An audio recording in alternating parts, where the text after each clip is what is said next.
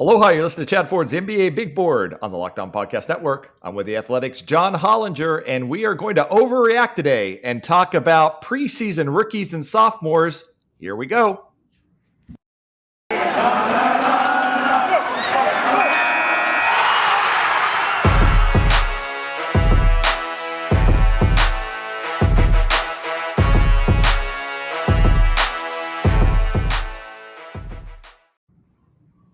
All right, we're back with the Athletics' John Hollinger, who over the course of the last couple of weeks has been producing a ton of content doing preseason previews for all 30 teams. I've been reading along. You should check it out over at The Athletic as well. I really like the pithy, 15 words, a scouting report on every player. That 12-word scouting report, yeah. 12 words. It's an art form. It really is. It's my favorite part every time. And we're going to probably do a little bit more than 12 words on a few of the prospects. John and I talked all last season about these rookies and the 2021 NBA draft. We've got to see them in Summer League now. We've got to see some of them in the preseason. I want to start, John, with, when you were working with the Grizzlies, what does preseason mean and what does it not mean as far as evaluating where your players are and what they're going to be like in the season, especially rookies? Yeah, you mostly just are kind of taking the initial temperature because, the biggest thing with anyone you draft is that they have to get better from the point they entered the league. There are very few players who are good enough on day one to really impact winning in the NBA. Very few, even the ones who end up being awesome.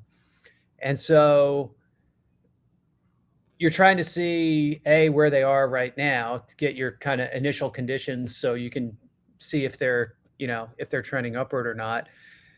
And then also, I guess, get a bearing on kind of how far away are they? How much better do they need to get to be able to help you?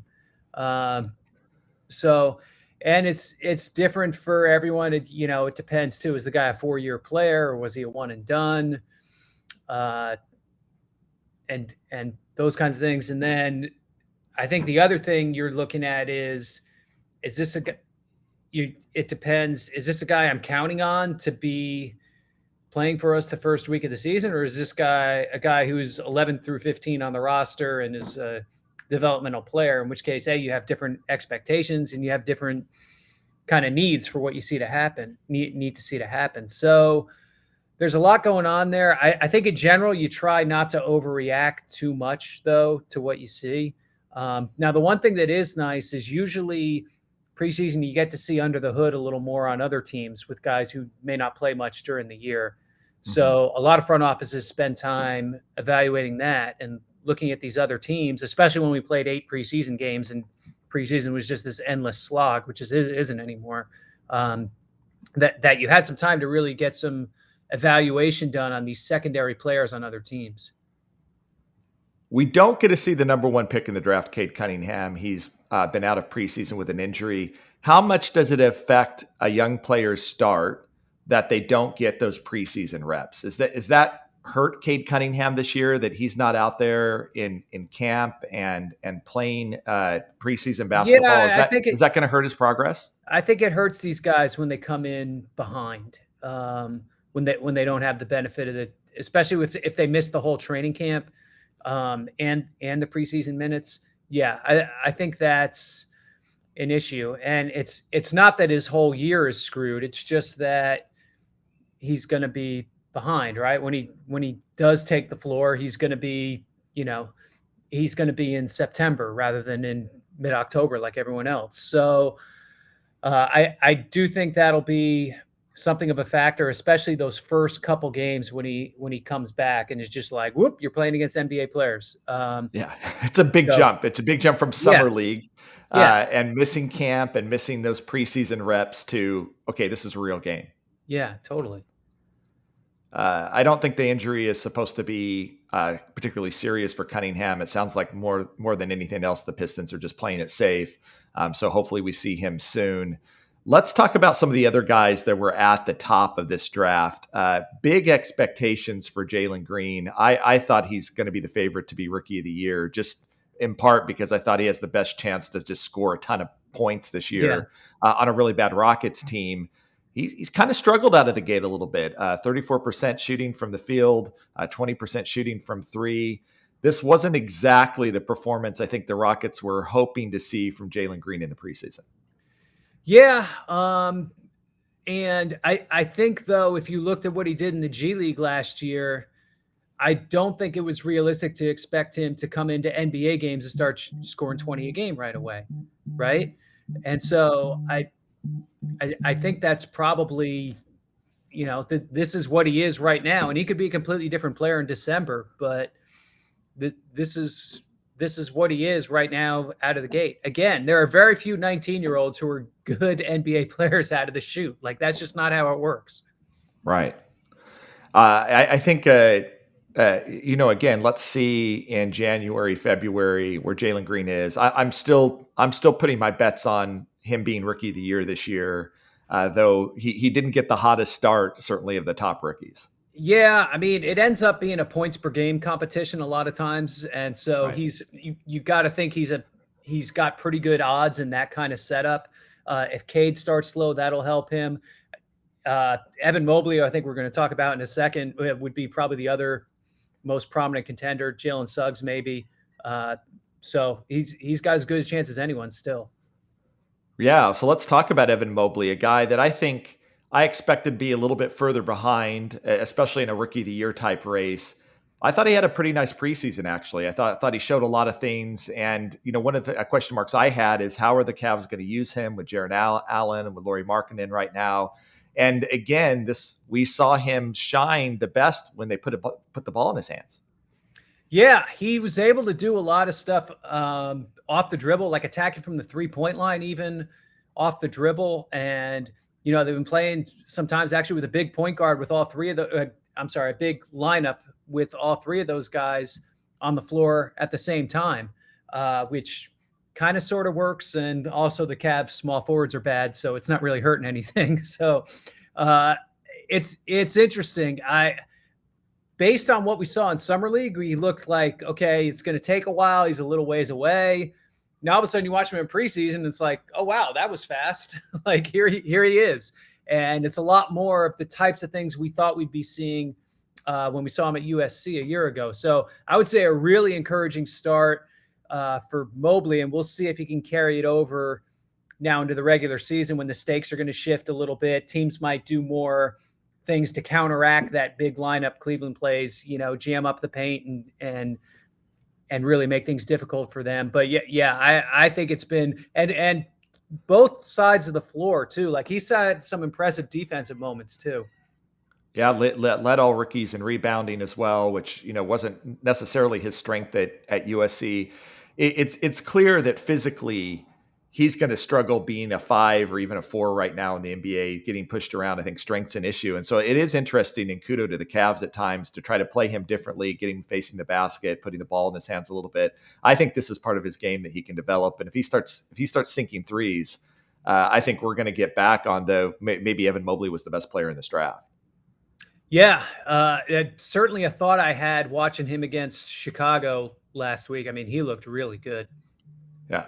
He had that one, breakaway where he dribbled behind his back, taking it coast to coast, that I was just like, you just don't see 7-footers do that. I don't care if it's preseason, what it is, just the agility that he has in the open court as well. Just fantastic. Quickly pulled it back. Like, the guard thought he was going to pick him, and he just went whoop and pulled it right back around his back. It was the type of move you only see a smaller player make usually.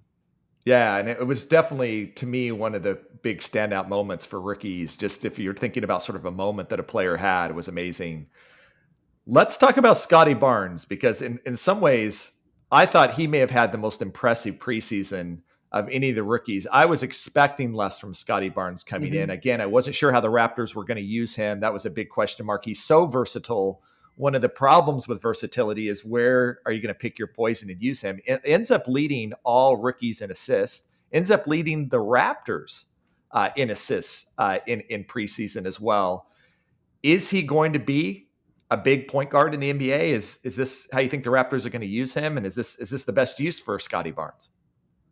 Well, I think he can be that kind of player. I wasn't sure if he was like a full-time on-ball player or not, and I think the jury's still out on that, or if he's more like a secondary guy. But one of the things with him, if you have somebody on the ball that much, that needs to be able to score too. And I think he showed a little more as a scorer, and that's what allowed him to generate assists. Like, he was making some mid-range shots and stuff, and like just getting to some shots that you didn't really see in his bag that much at Florida State, I thought. So I thought that was really encouraging. The Raptors historically have done a pretty good job of taking not great shooters and making them better at it. Did it with Anunoby, did it with Siakam, kind of did it even with Fred VanVleet, to be honest. And now you're seeing that they might be able to do the same thing here with Scottie Barnes.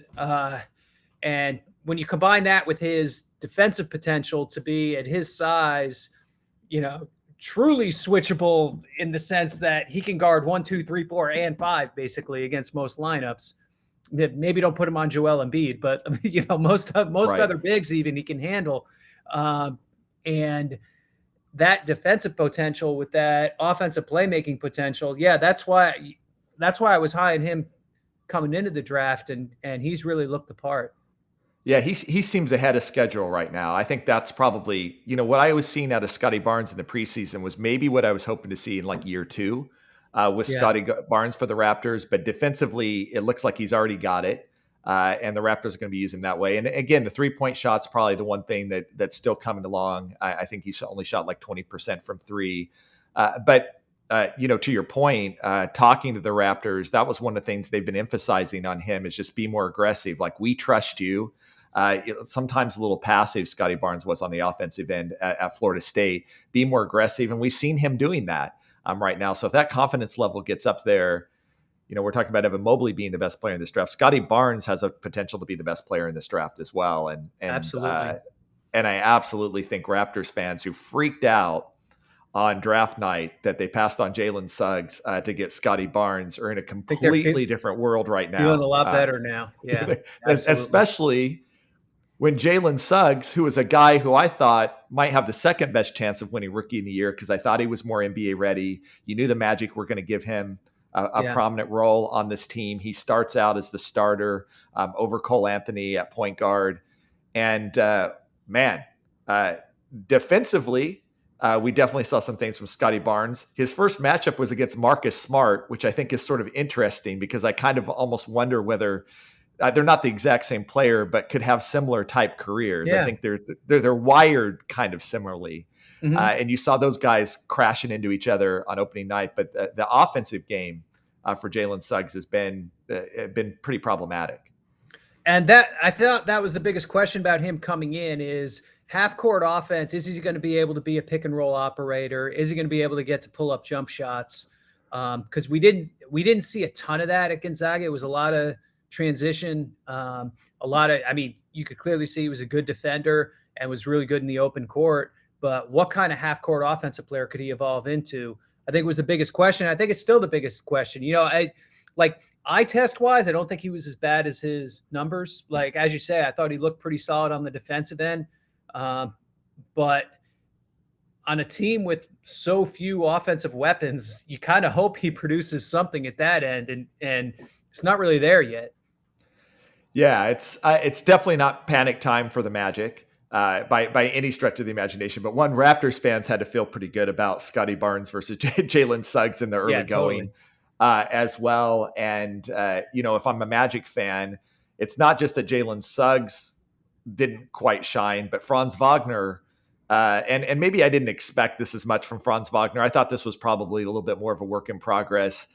Also not off to the hottest start in the preseason. I can understand that one a little more because as a complementary player on a team with no primary players, basically, that it's hard for him to get to his game a little bit on that team. I think he's a guy who is better on a good team, and it may be a little bit of a trial for him to be the type of player that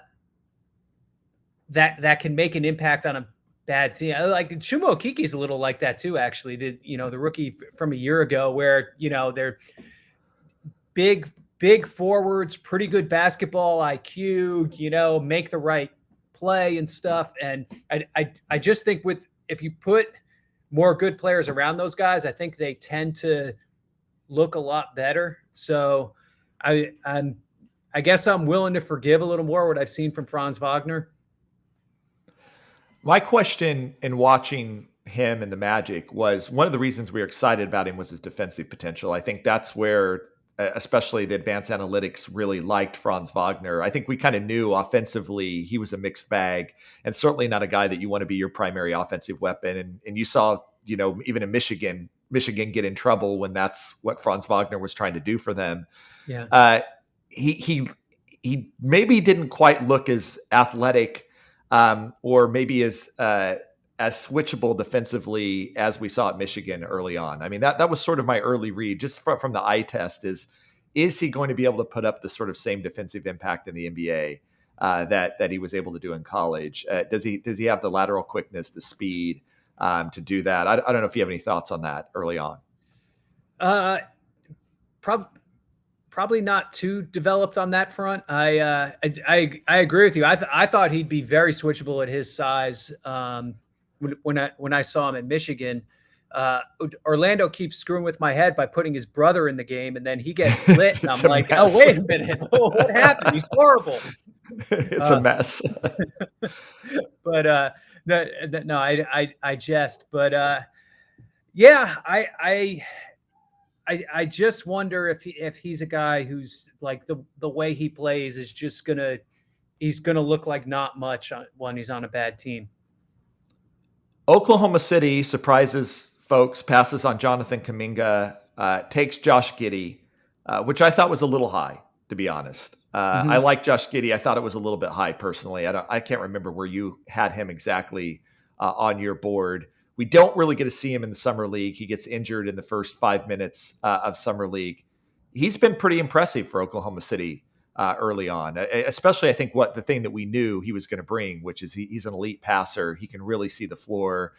Toughness is there. Getting to the basket. His jump shot we kind of knew was a question mark and probably still is a question mark. His defense we knew was probably even a bigger question mark, still is. But early on, I thought for a young player, and he's a really young player, he's looked pretty confident, if nothing else, for Oklahoma City. Yeah, I got to be honest. I've kind of made it a point to not watch Oklahoma City in the preseason because this team is so bad that I just don't know how much of them I'm going to be able to bear. But they're awful. And it's going to be interesting, actually, how that impacts him because there is you talk about him not being able to shoot. There, nobody on that whole team can shoot. I just, so is he ever going to have kind of the openings he needs to play the kind of game he wants to be able to play?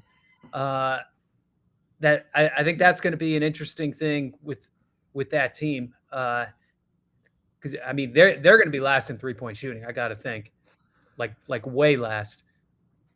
It's going to be an issue. He did in his last game nearly put up a triple-double, which is, I think you're going to see the value there. And it reminded me a little bit, Giddey reminded me a little bit of we talked about what a passer LaMelo Ball was before the draft, but most people aren't paying attention and most people were listening to the hype about the balls and whatever. And then they start watching LaMelo Ball in the preseason. They're like, oh, wait, this guy's a special passer. And they're like, we were screaming that at the top of our lungs before the draft, but it's different to see it in the NBA game. And I will say in what I've watched of Oklahoma City, I'm not saying he's a LaMelo Ball-esque passer, but he really does have elite court vision. I really feel for the game. And I do say there's a swagger that he's put on the court. He does not feel at all intimidated that he's out there playing against NBA players. And I'm feeling you can't feel bad about this pick from Oklahoma City from what we've seen early on. It's not like Jonathan Kuminga was going to solve their 3-point shooting problems for OKC either. The other thing with him, if you talk to anyone in Australia, that they really thought he had a fire within him. It's clear that he's despite you look at the skinny build or whatever, but that he was a real competitor out there and willing to mix it up in the paint and rebound and do some of those things. So I think those are some positives that we can look forward to right away from him. All right, when we come back, we'll talk about other top rookies and their preseason play, as well as some rookies that struggled a little bit. But before we do so, I want to talk about Sleeper. In 2018, the fantasy sports experts at Sleeper realized that fantasy basketball was broken. Games were being won and lost based on whose players had more scheduled games that week. It made no sense and required very little strategy. So in 2020, Sleeper released a brand new way of playing fantasy basketball. It's called Game Pick. It's only available on Sleeper. In Game Pick, owners pick a single game per week for each starter to count towards their team's total score, ensuring an even number of games played between opponents. The days of losing because your opponent's players simply have more scheduled games to play in that week are over. Days of mindless daily busy work are over. The days of giving up halfway through the season because of that busy work also over. In Game Picks, you pick one game per week for every player based on player matchups, home versus away, opponent's defensive ranking, pace of play, and more. All of the odds are up to more strategy and less busy work. Whether you prefer redraft, keeper, or dynasty, Game Picks has you covered. Sleeper cracked the fantasy basketball code. If you play fantasy football, if you prefer building out a weekly strategy versus daily busy work, you're going to love Game Picks. Download the Sleeper app and start a league with your friends today. You won't be disappointed. All right, I'm back with the Athletics' John Hollinger. We're talking preseason rookies right now. John's been writing a really cool series of articles over at The Athletic doing a preseason breakdown for all 30 teams, plus that 12-word scouting report for every player in the league. It's actually really fun read, as all of John's stuff is. Make sure you go over to The Athletic, subscribe. It's one of the best deals on the internet for just all the content that you get. I'm a subscriber over at The Athletic as well. And also check out NBABigBoard.com right now, where we'll be talking more about rookies and their preseason performances. You can check that out over there as well.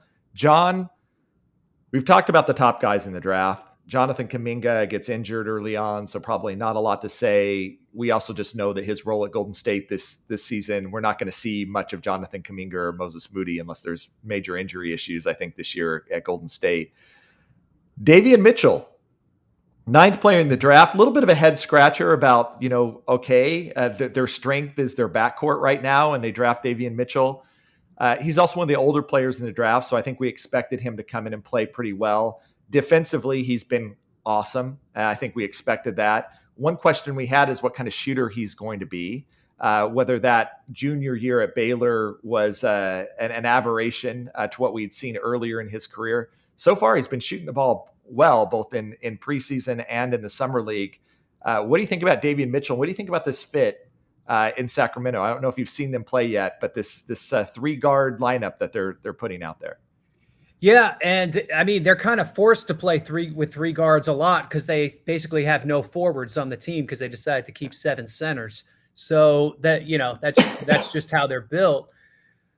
I think the pick so far looks pretty decent. I mean, defensively on the ball, like he is ridiculous, right? He's as good as anybody in the league right now.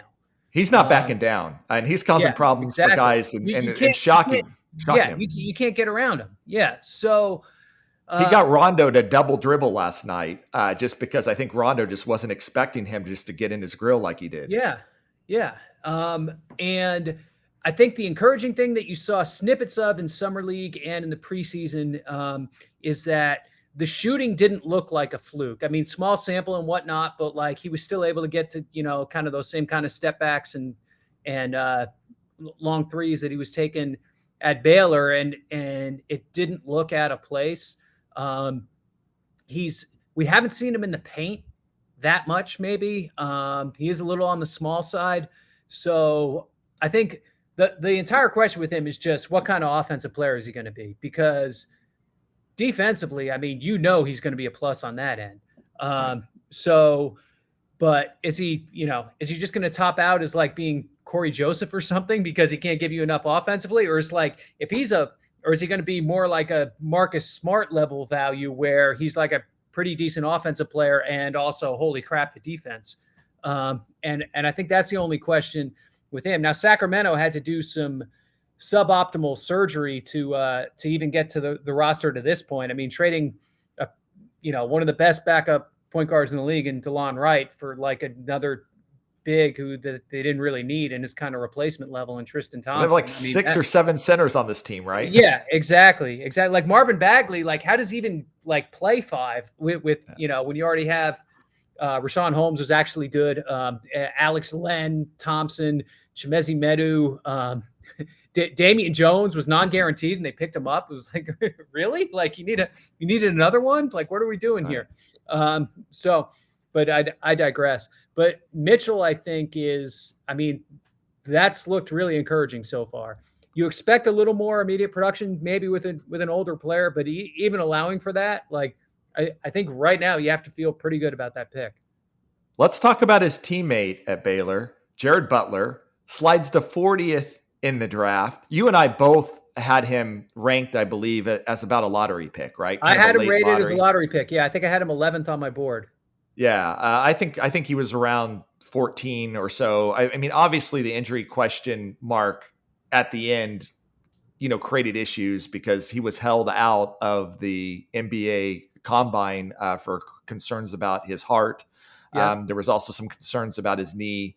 Yep. 40 is ridiculous, especially, the story is so fascinating because the Jazz loved him.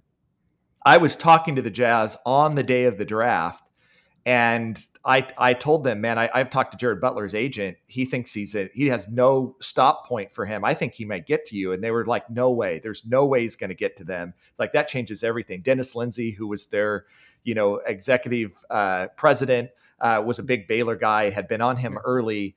They end up trading the 30th pick because they have to make that move at about the 21st pick, is I think when they traded the 30th pick to Memphis. You don't find out about it until actually the pick is made, but I think they traded it right about when the 21st pick went off the board. Then they trade back again and end up at 40 and get this guy. He's led all rookies in scoring. He has looked, especially for a guy that really didn't get a workout through the combine, did not get to do summer league. He's looked as smooth, as buttery as ever out there right now. That handle, man. I mean, yeah.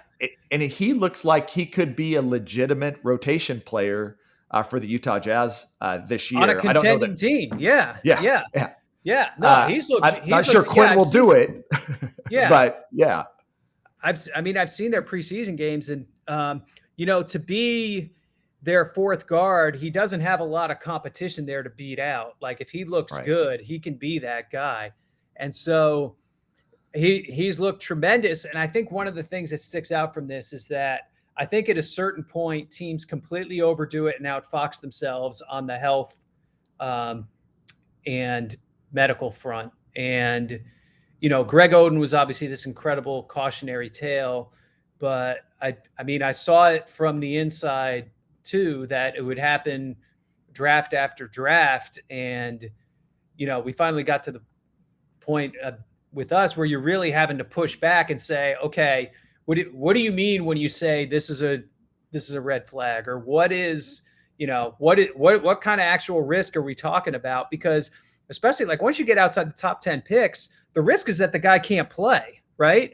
Like the risk isn't that he, his knee ligament maybe even in the top 10, the risk is he can't play. Right. Yeah, yes. Yeah. Right. So, starting at 2, right? Given some of these recent drafts. But you're worried about his knee ligament 5 years from now. It's like, oh, okay, I don't want to dismiss that, but at the same point, like even if you get, Brandon Roy at 6, like you won that pick, and so I just think the Butler thing, I'm really interested to see how this plays out. But I think we've seen it with him, we've seen it with Porter, we've seen some of these other guys that I think teams still outsmart themselves on the medical side on draft night. And look, even like with Michael Porter Jr., he slides a bit, but sliding to 40, that means in the second round, 10 teams passed on Jared Butler. The Jazz told me they were just completely flabbergasted. They couldn't believe it. Pick after pick after pick, as it goes down. They actually told me. I think one thing that happens though on draft night is that when you see a slider ahead of you, you start questioning if these teams know something you don't. If that there's information contained in the fact that all these teams passed on them. So when you see a guy, I think I'm going back a bit, but like, do you remember when Darrell Arthur slid so much on a draft Kansas guy for you? Yes. I Was still feel the like, pain. Yes. yeah, there's like a fake rumor about something with him, right? And like, teams kind of wonder at that point, like, okay, well, we had this other guy we already liked. It feels safer. Like, let's just stick with it.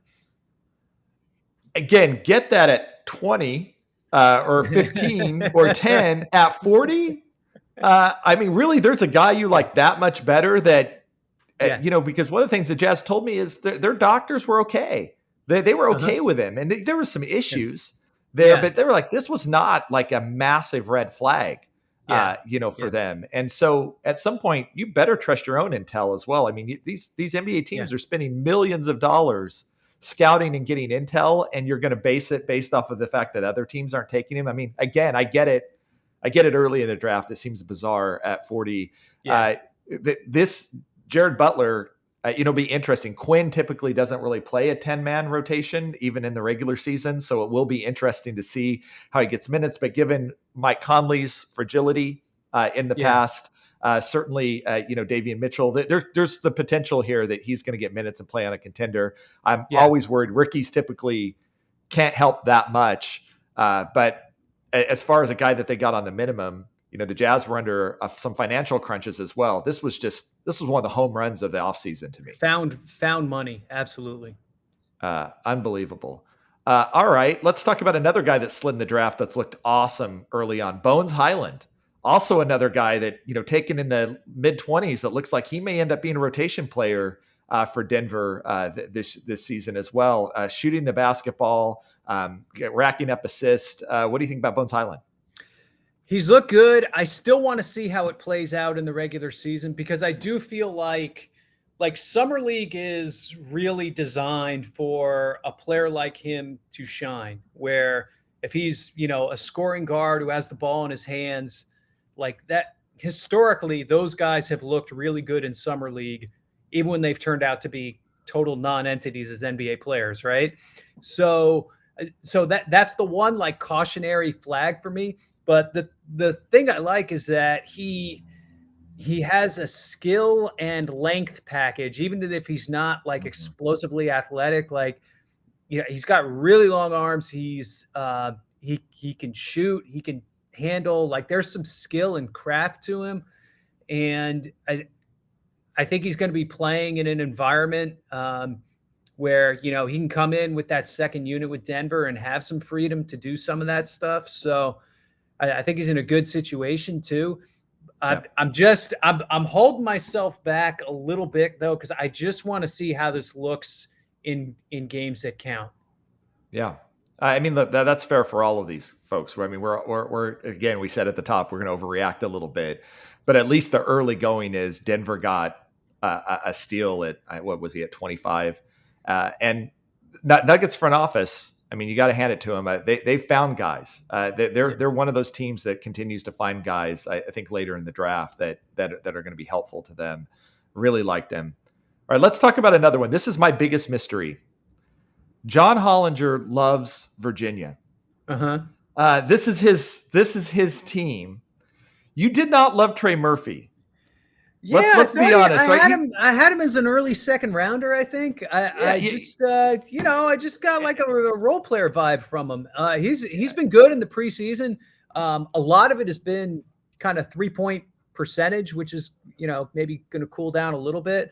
The Pelicans as a whole do not look good, so that's a whole other interesting situation there. But he's looked the part so far in terms of like 3-and-D forward, comes in, plays a rotation role right away, and is totally fine in it. Like that. Yeah. That is the part that he's looked. And if he's that guy, then he's like this year's kind of Cam Johnson, where everyone's like, oh, wait, did they take him too high? And then it turns out, no, they didn't. He went too low. I mean, if what we've seen in the summer league and preseason is what he actually is, and like you said, in games that count and in the regular season, and given again the emphasis that the NBA has on this particular position, and this is one of those head scratchers. I mean, he's averaging more in the summer league and preseason than he averages as a junior at Virginia, right? Like. there's these moments where you just sort of wonder, like, what happened here. And it's sort of like really when I underrate Virginia, a Kansas player, it seems like that shouldn't happen. Now I'm really going to overrate one. You're more analytical than I am. I probably throw more emotion into it than I do. But that's just one. I didn't have him rated as low as you, but I also thought this was and I thought teams were reaching. They were talking about him at like 11, 12, 13 on draft night. And it's just, watching New Orleans play, he's been one bright spot in what you're arguing, right, which has been otherwise a pretty dark preseason for them. Yeah, totally. And he may play a lot in these early games if Zion is out, which it seems like that's going to happen. It's so weird though, because my Wahoos were so starved for shot creation last year. It was just like, run the shot clock. Okay, let's try another Kihei Clark pick and roll. See if we can turn the corner on this one. And he was just never a part of that. And like, watching that, I felt like, well, if this guy had any shot creation capability at all, clearly they would tap into it because they're so desperate for offense. And it didn't work out that way, but he's been able to tap into a little more of like an off-ball role at the NBA level, where he's getting a little more stuff off movement and cuts and being a secondary guy in the offense. Yeah. Alperen Sengun, a guy that you had ranked very, very highly, as did a lot of people that rely on analytics as part of their thing, slides to 16th in the draft. Inexplicably, Oklahoma City trades this pick. He seemed like exactly the type of player Oklahoma City would actually take at 16. The Rockets get him. We knew that there was going to be a big transition for him from the way he was playing in Turkey to the NBA game. But a lot of people were very confident he's going to be able to make that transition, especially get a more perimeter-oriented game, not just playing with his back to the basket. Obviously, questions about defensively what he's going to do. Just curious, now that you got to see him in the summer league, now you've got to see him in the preseason. How are you feeling about Sengun?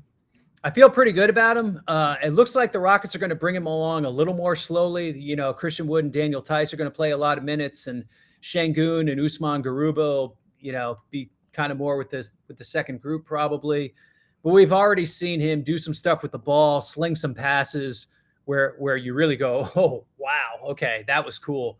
And, he can play out to the 3-point line. Defensively, I don't even think he's been that bad. Not a defensive player of the year candidate by any stretch, but I think he's been a pretty encouraging start here, and I'm still really high on him. Yeah, I think that's been my general impression too. He's definitely passed the eye test early on, and you see the basketball IQ, you see the feel there. It's going to come along. I think it's really interesting. Josh Christopher may have had the most impressive preseason of any of the Rockets. He gets limited minutes, and again, probably some of it look at the level of competition that he's playing it against in fourth quarters and preseason games, but there's something about an eye test with him as well. The athleticism's there, the scoring instinct is there. He's been a bit inefficient, but he doesn't lack confidence. Oh, well, that was clear in his Arizona State tape, right? Yeah. Okay. Another Kobe shot. Okay. Wow. So yeah, that's going to be interesting to see where he goes and where he takes his game, because when I saw him at the combine, he really looked like a guy who realized he overdid it at Arizona State and kind of toned it down and tried to paint inside the lines a little more. And I think if he does that, he's going to be a helpful NBA player. Let's talk about one other guy or two other guys. One guy that slid to the second round. The other guy that just shocked me, maybe did shock you, Sharif Cooper. I kind of understood a little bit, but I think that he looks like he's an NBA player.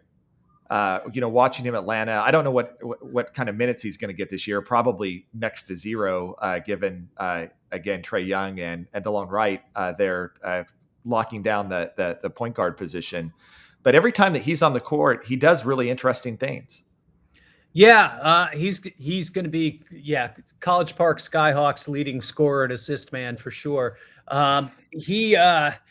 he was so interesting coming into the draft because like on a 1 to 10 scale, he was either like a 1 or a 10 in every category, right? Between like the shooting, the defense, the size were all major, major concerns. But the ability to break down defenses, get into the paint and deliver the right pass. And then he drew a ton of fouls at Auburn too. And we've seen him already make some really eye-opening deliveries at the NBA level. It doesn't seem like his size is going to inhibit him from finding the right pass. You know, he's not hitting hands when he throws these passes. So I think that's a really encouraging development for Atlanta. But he's not going to get into the top 9 on that team. I mean, even beyond Trae Young and DeLon Wright, like they could put Bogdanovich on the ball, they could put Herter on the ball. Like he's got to push through a lot of guys. Skylar Mays has looked pretty good there. Like he's got to push through a lot of people just to get a minute. So I think we're going to see a lot of him in the G League. And then as the year goes on, I think the Hawks can evaluate, is this a guy we need to push up into the main group, or is this a guy we have for next year? DeLon Wright's an expiring, I think. So that'll be an interesting decision. We're going to deviate here for a second because I want to talk about the Hawks for a minute. This team is so loaded with young players, many of whom are just not really going to be able to get opportunities because this is a deep, deep basketball team. Do you think the move here now is they've collected all these assets? I mean, one of the what ways you deal with assets is you develop them and they become players. But at a certain point, Atlanta cannot develop all of these guys. They all can't be helpful to them. They've got Jalen Johnson. I don't think is going to see a minute this season, and he's looked good. Yeah. And what we've heard from Duke, he's probably not going to be happy about it. Okongwu, again, another guy, he's injured right now, but where are the minutes going to be for some of these players? Is this the moment that they package what are some really promising young prospects together? Herter, you could go on Cam Reddish and get another a superstar in return. It seems I think to me that they have to be looking at that. Yeah, absolutely. Because I think as presently constructed, they can get to the second round again. Maybe they can pull an upset and end up in the conference finals again. They're not beating Milwaukee or Brooklyn, I don't think, as presently constructed. And so what they're set up to do, though, still is that chips in move. Now, you need the player to become available is the tricky part, but that chips in move where they still have all their future first round picks. They have these guys, Reddish, Herter, Okongwu, Johnson, like you say. They can put something together without a doubt. And it's just a question of, is that player going to come available for them at the right time and the right position, honestly? Like if Damian Lillard wants out of Portland, like it doesn't really help Atlanta, right? No. Because you're not going to play him with the worst defense and the worst backcourt defensively in the history of the NBA. Exactly. To put him and Trae Young together. But what about Bradley Beal? I mean, there's still a little bit of that, but I think he fits with Trae certainly much better than Lillard does. Right. And I don't know, does Beal want to go to Atlanta or would you rather just stay in Washington? I think that's still an open question. Well, does Bradley Beal, if you add Bradley Beal and you don't really subtract the starter, because I think that the Hawks could probably make a deal where they're literally not subtracting a starter, Bogdanovich coming off the bench now. Does that put Atlanta over the top? Does that put Atlanta in the same conversation with Milwaukee and Brooklyn? And if that's the case, if Bradley Beal and I want to win basketball games, then I got to consider that. And if I'm the Hawks, I got to consider that. I guess that's my sort of question is, does Bradley Beal do it? Does Trae Young, Bradley Beal, DeAndre Hunter, Bogdanovich, John Collins, Capella, does that get you to the NBA you're still Finals? An underdog. I think you're still an underdog against full strength Brooklyn. Now, will we see full strength Brooklyn this year? I mean, that's a whole other question. Yeah. Interesting thing, the Hawks have done a great job. If you want to think about collecting assets, I did a sort of a future rankings of just the players under 25, which team has the best collection of players under 25. And I ended up with the Hawks on top. I mean, if you just look from top to bottom, they're just loaded with actually not just bodies, but actually guys with intriguing upsides. And so they've done a great job in Atlanta. It's now converting that into into winning a championship that sometimes becomes tricky. Look, we're going to come back. We're going to talk about sophomores for a minute. Before we do so, I want to talk about, this would not be a Chad Ford NBA Big Board podcast without talking about Built Bar. Built Bar is delicious. There's something for everyone. If you don't know the Built Bar flavors, there's coconut, cherry barcia, raspberry, mint brownie, double chocolate, salted caramel, strawberry, orange, cookies and cream, German chocolate. My personal favorite's coconut. Tastes like a Mounds bar. These are chewy. They're moist. They're delicious. They taste like a candy bar, but they're also healthy too. Most of the flavors have 17 to 18 grams of protein, calories ranging from 130 to 180 calories, only 4 to 5 grams of sugar, only 4 to 5 grams of net carbs. Order today and get the grasshopper cookie or raspberry, whatever you like. Go to BuiltBar.com, use promo code LOCK15. You'll get 15% off your first order. Use promo code LOCK15 for 15% off at BuiltBar.com. All right, John, we talked about a bunch of rookies. I also want to talk about sophomores. Let's just start with LaMelo Ball, Anthony Edwards. Seems like this is going to be an ongoing argument, maybe for years, of which of these players is end up going to be the best player in this draft class. Obviously LaMelo Ball started hot, has looked great. Anthony Edwards starts shaky, but really takes off in the second half of the season and really, really ended strong for Minnesota. What do you expect from them this year? And have you seen anything in preseason that stood out to you? So I think from LaMelo Ball's end, I think the question is, what can he be in the half court offense there?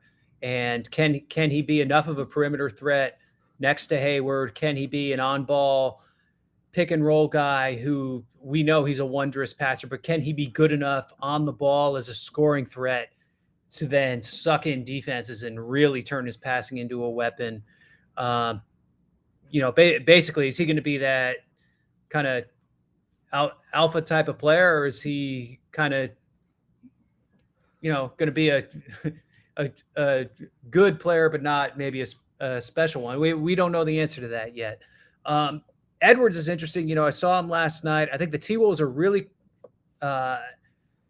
optimistic about what they've seen from him in the improvement at the defensive end, where, we saw the tape at Georgia and the first half of his rookie year where he would just take naps left and right. And now, but much like the Roosters in Hawaii, he seems to have awakened at that end. And he is really, I think a lot more aware off the ball of what he's doing. We've seen him make some really athletic plays at the defensive end. And then watching him pregame last night, what stood out to me is that his shot looks more consistent now. It's the same shot every time. He kind of had two different jump shots that he would shoot when he was at Georgia, I felt like. And it just looks better coming out now. We didn't necessarily see the results last night. He didn't have a great shooting game, but you can tell a lot watching a guy before a game because you'll see him shoot 100 times, and it just looked a lot better to me. I thought that was a really encouraging sign too. If you're a betting man right now, 5 years from now, is it Anthony Edwards, LaMelo Ball, the best player in this draft? Man. Or will it be Paul Reed? I'll give you an option C. Paul Reed. Now we get the real answer. Only one of these guys has won a G League MVP award, Chad. I was team LaMelo from the get-go in that draft, and I was last year for Rookie of the Year. But man, Edwards is chewing up ground, gaining on him. I just want to see where this goes a little more with Edwards. I think you now see a pathway to Edwards potentially moving past him, but I think that's still an uncertain pathway. There are still things Edwards needs to do in terms of reading the game and improving as a shooter, and it's not a given that he gets to those places. So I think it's going to be really interesting to watch. I think it could be one of those deals where the debate goes back and forth a few times over the years. So we'll see. I'm gonna stay with LaMelo since I was team LaMelo from the beginning, but Edwards is making this a really tough call. I was also team LaMelo. I had concerns about Anthony Edwards and just feel for the game, and like you said, like is the competitive drive there? It's looking like okay. I mean, the one thing that makes you lean Edwards' camp is the physical tools that he has compared to LaMelo. if he's really going to get after it on the defensive end, and if that shot's going to fall, he has such an advantage athletically, really over almost anybody in the NBA. I mean, he is an elite athlete, has the body as well. You're talking about if every box ends up ticking for him, he can be a top 10 player in the NBA. Just based off of the athletic tools that he has. And he's a young player. And so I think it's really encouraging. In Minnesota, you have to feel really good about the direction it's heading right now, and just hope it keeps sustaining that way. After, with James Wiseman, we didn't get to see in the preseason. I think there's, healthy skepticism there. Patrick Williams will be interesting to see now with this Bulls team that's going to try to be a contender. I think I came down about where you did in your preseason analysis, that they made all of these moves. They're definitely better, but I'm not sure they end up in a different space in the ranking in the in the standings at the end of the season. Yeah. They played really well in the preseason, but again, I don't know what that means. Yeah, that's kind of where I am too. And they've kind of put a lot on Williams. If you look at where they're at with their 4 position and where they're at with their defense with the starters, even though it looked pretty good in the first couple preseason games, I think they're counting on him to do a lot of things for him. And it's still pretty early in the day for him career-wise, especially since, was seen as more project-y out of Florida State, not like, hey, finish tool, plug and play, So I think it's really interesting that they're kind of on this win now footing, but they're also starting this guy who's really more a future guy a couple years out. Like it's an interesting dance there, and I want to see what it looks like when Williams comes back. Yeah, I'm still pretty bullish on Williams. I think that I still think that the Bulls made the right choice here, and in part, you kind of go down until you get to Tyrese Haliburton again, and there's a lot of kind of head scratching with this draft right now and what these guys are going to be. And none of them really popping necessarily right now as sophomores or in the summer league. None of them look like they've made the big jump. And one that's troubling is Killian Hayes, a guy that I liked in the draft. I liked him too. And I didn't like him better than Tyrese Haliburton, but I liked him and defended Detroit's drafting him, though I would have taken Haliburton ahead of him. I'm getting concerned if I'm a Pistons fan right now about Killian Hayes. Is it too early to be concerned? It's not too early to be concerned. It's too early to write him off. Right. But he has looked like not an NBA player, like just flat out, just not it. And you still see little flashes of some of the stuff that got him picked. But without the kind of basic nuts and bolts of either having a shot that's good enough to really command defense's respect, or enough quickness to get by a defender without having some kind of manufactured advantage, there's just not a lot there. And so you really have to worry about that. Yeah. I'm worried, and it'll be interesting to see how the Pistons decide to use him when Cade Cunningham comes back. And there's a lot of talk that they're going to be sharing the basketball and kind of back and forth as primary ball handlers for this team. I'm skeptical that Cade is going to be ultimately a primary ball handler. It's sort of interesting. He had that rep coming into the draft more than Scottie Barnes, and I actually feel more comfortable projecting Scottie Barnes that way than I do Cade Cunningham. That was my thing with Cade. I thought Cade, to me, was much more of like a shooter and secondary ball handler, and I don't see Cade and Hayes working together for the simple reason that Hayes isn't a guy you can start right now. Like, Detroit needs to bring him off the bench and at least let him play against backups. Like, setting him out for the first 5 minutes to get abused by, frontline players in the NBA, I just don't think that's helpful for his development. And you end up not playing him that much with Cade anyway, because you have to pull him out of the game so quickly. So that's one that I just don't see there. Like, I think for his sake, for the Pistons' sake and everything, like, I think they just need to start Corey Joseph and then, go to Hayes with the second unit, see what you can get at him, see if you can bring him along. But just throwing him into the deep end of the pool. I mean, they tried that last year and it was a disaster. I'm flabbergasted that they're doing that again. Yeah, and you hope that there's progress from rookie to the sophomore year, but I'm not seeing it. I didn't really even see it in the summer league. No, I which didn't is see it in really summer league troubling. or preseason. Exactly. Yeah. Exactly. And so how does it work out in the regular season? Yeah. So, okay. So I'm ticking down the list of the draft here. Tyrese Haliburton, obviously I really like. I think he's going to be a really good player. Is Devin Vassell going to be the next kind of best player out of this group? I mean, it's interesting. He's getting the Spurs are a really interesting team this year. It's hard to exactly see where everybody's role is going to be. They also took Josh Primo in the draft. Keldon Johnson is there. I'm not sure what role he's going to play, but every time I watch Vassell play, I like him. And I liked him pre-draft as well. I thought the Spurs got a steal here in the draft. What do you think about Devin Vassell? Yeah, I liked him too coming into the draft. I thought it was kind of a ready-made 3-and-D package that had some upside to go along with it. My man needs to get to the basket once in a while. Like it can't just all be jump shots. Right. And I think that's the biggest thing holding him back right now is that off the dribble game and the ability to beat people off the bounce. Even with the threat of his shot, which he should be able to use to gain an advantage, just hasn't been able to get inside the paint at all. And so it's made him a very jump shot dependent player.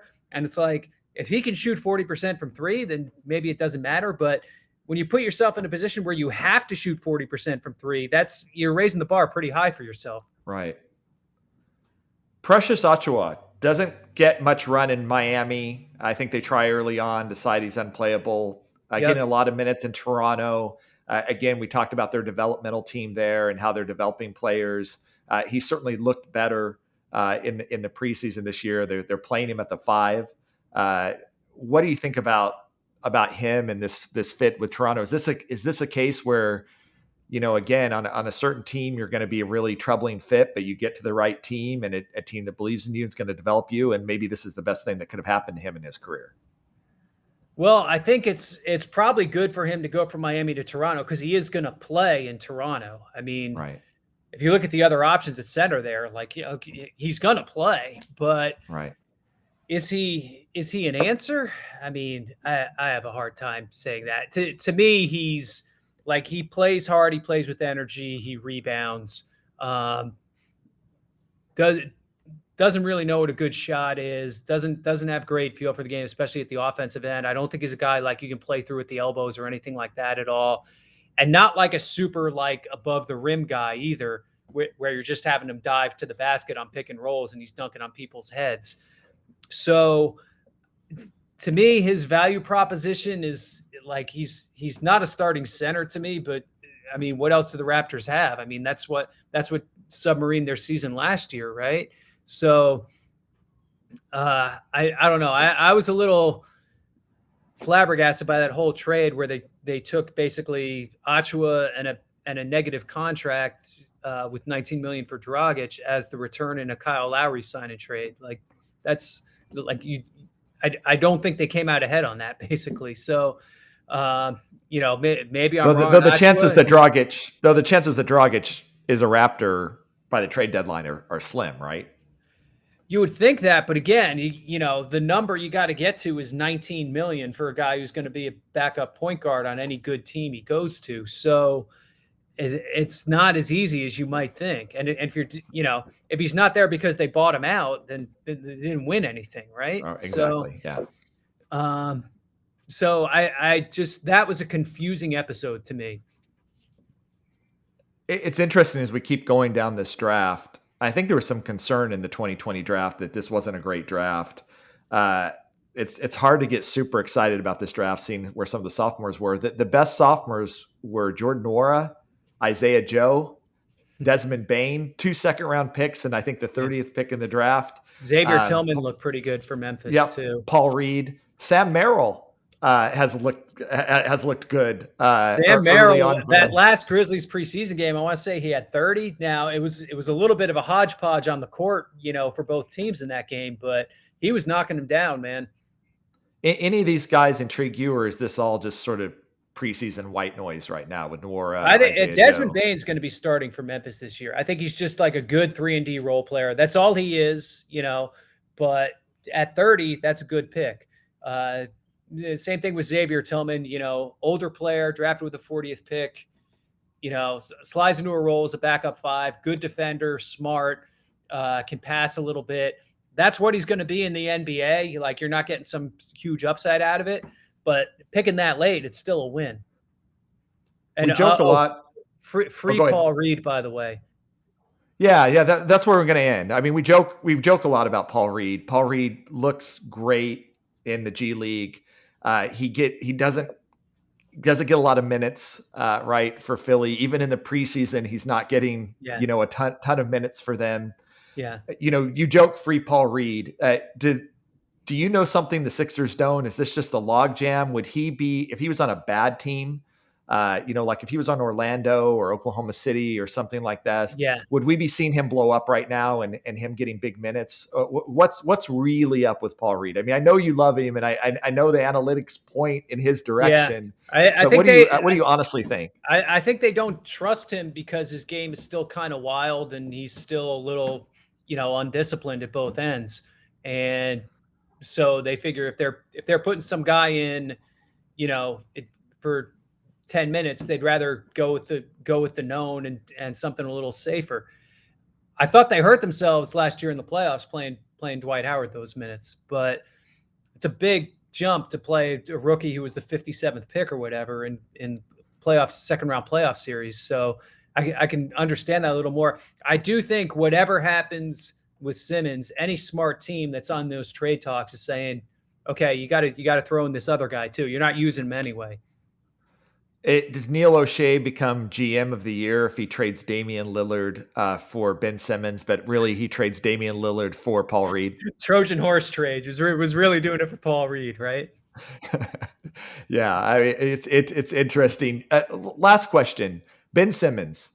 Uh-huh. Have we gone too far the other way on Ben Simmons now? I mean, there's so much hate out there for Ben Simmons, and so many people. I mean, this is a 25-year-old.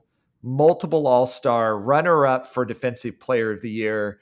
And it seems to me, and that this is happening, I actually think, in the 2022 NBA draft as well, where we just can't quantify, the average fan just can't quantify defense. They can't get past if a player has offensive limitations. I mean, you're actually hearing people arguing about Rudy in Utah as well, and Rudy's not a top 10 player because, offensively this or that or whatever. But it seems like we just have a hard time in our brains quantifying that this game is played at both ends and that having a huge defensive impact can have a huge impact on your team. Have we swung too far away from Ben Simmons as a talent? Forget about his personality or, his decision to hold out or whatever, but as a talent, have we swung too far? I think the media entity has. I don't think NBA teams have. I think the Sixers are still getting calls on him. There's still teams that are interested, and the Sixers have kept the asking price way up here. And I think that's a little strategic because they don't really want to trade him yet because they want to see if Damian Lillard comes available first. But I think in NBA front offices, the pendulum hasn't swung too far.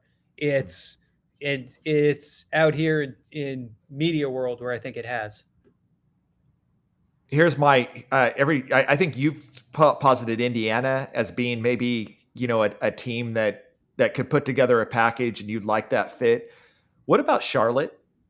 What about Terry Rozier, Gordon Hayward, combination of deal? I mean, there could be some young players or whatever there. Would Ben Simmons and LaMelo Ball be able to play together? I mean, you think about their problems at the 5. I think that's a really interesting one. That is really interesting to me because what Charlotte has done a lot is play centerless with like PJ Washington at 5 and just try to go fast as hell. And, minus Rozier and Hayward, there's probably some shooting deficits in that strategy. But that at least, I mean, that's interesting. Okay. Both ways. Cause I think you get something out of that if you're Philadelphia too, with those guys. That extension for Rozier could be a problem in Philly with their tax situation and $96 million coming to him. Might need to be a different player with Hayward maybe, but that is an interesting one. I kind of like that. Ball and Simmons, is Simmons going to be happy screening for Ball 50 times a game? I mean, that's probably the biggest variable that you have to wonder about. It's interesting again that that I've just been trying to look at it. What teams have we not been talking about that could use Ben Simmons? And I think there's lots of reasons for Charlotte to consider it. And I think they probably, like you said, maybe it's not Terry Rozier, but there's probably a collection of again, combination of veterans and players that they could put together that might be really intriguing for Philadelphia. Holding out for Lillard, I think is going to be a mistake, just in my opinion. And so make a deal. Yeah, I think they're gonna hold out a little longer. I think they're gonna go till close to the trade deadline and then say uncle and take whatever's the best thing on the table. Okay. He's John Hollinger. Check out his team previews for all 30 teams over at The Athletic. John, always a pleasure to have you on the show. I'm sure we'll come back at some point in the season and start talking about the 2022 NBA draft class, but let's give it a little time to watch how these guys come at it. It's, for me right now, this is a wide open draft. Yeah, absolutely. I'm excited to get out and see some of these guys. All right, John. You've been listening to Chad Ford's NBA Big Board on the Locked On Podcast Network. Aloha.